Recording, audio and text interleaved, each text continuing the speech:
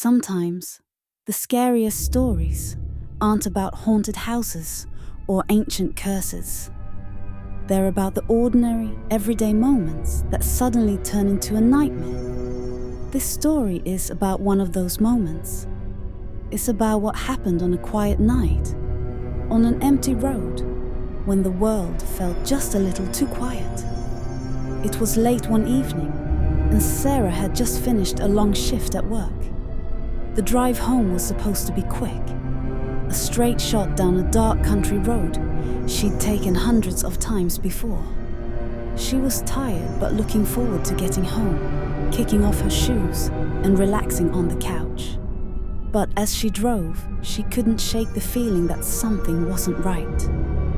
There were no other cars on the road that night, just the soft hum of her engine and the rhythmic flicker of the headlights slicing through the darkness. The trees on either side of the road seemed to close in on her, their shadows stretching across the pavement like long bony fingers. She turned up the radio to break the silence, but it didn't help. The unease settled in the pit of her stomach, heavy and cold. As she rounded a bend, she saw it. Something standing in the middle of the road. At first, she thought it was an animal, maybe a deer, but as she got closer, her blood ran cold. It was a person, a man, dressed in tattered clothes, standing completely still, his head hanging low, as if he was looking at the ground. Her heart pounded in her chest as she slowed down, trying to make sense of what she was seeing.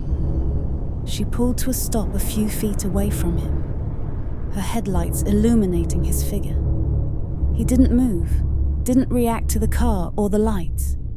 She couldn't see his face clearly, but something about his posture, the way he stood there, sent a chill down her spine.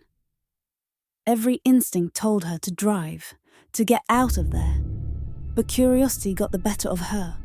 She rolled down her window, just a crack, and called out. "Are you okay?" she asked, her voice shaking slightly. No response. The man didn't even flinch. He just stood there, head down, as if he was in some kind of trance. She called out again, a little louder this time. Still nothing. That's when she saw it. His head slowly starting to turn towards her, almost mechanically, as if someone was slowly cranking a lever.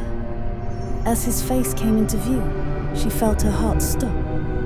His eyes were wide open, but they were completely black, like two dark voids staring back at her. His mouth was twisted into a grotesque smile, but it was wrong, too wide, like it was being pulled back by invisible hooks. Panic surged through her. She slammed on the gas, swerving around him and speeding down the road. She didn't look back, didn't want to see that face again. But as she glanced in the rearview mirror, she saw him. He was standing in the middle of the road, watching her, and then he started to move. Not walk, not run, but glide, following the car with an unnatural speed. She drove faster, her hands gripping the steering wheel so tight her knuckles turned white. The road seemed to stretch on forever, the trees closing in like a tunnel. She was almost home, just a few more turns. She glanced in the mirror again. He was gone. Relief washed over her, but it was short-lived. As she pulled into her driveway, her heart sank. There, standing at the edge of the driveway, was the man, his head tilted to the side, that twisted smile still on his face. How had he gotten there? It was impossible. She fumbled for her phone, her hands shaking so badly she almost dropped it.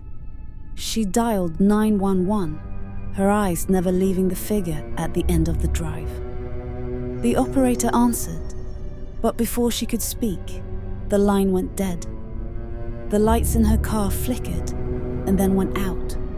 She was plunged into darkness, the only sound her own ragged breathing. When the lights came back on, he was gone.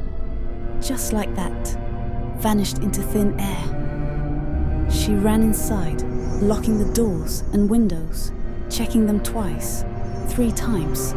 She didn't sleep that night, too afraid to close her eyes. She never saw the man again, but she never took that road home after dark. And every now and then, she swears she sees him in the shadows, just out of the corner of her eye, watching, waiting. So, the next time you're driving home on an empty road or walking alone at night, and you feel like you're being watched, maybe you are. Maybe it's just a trick of the mind, or maybe it's something more. Sleep tight, if you can.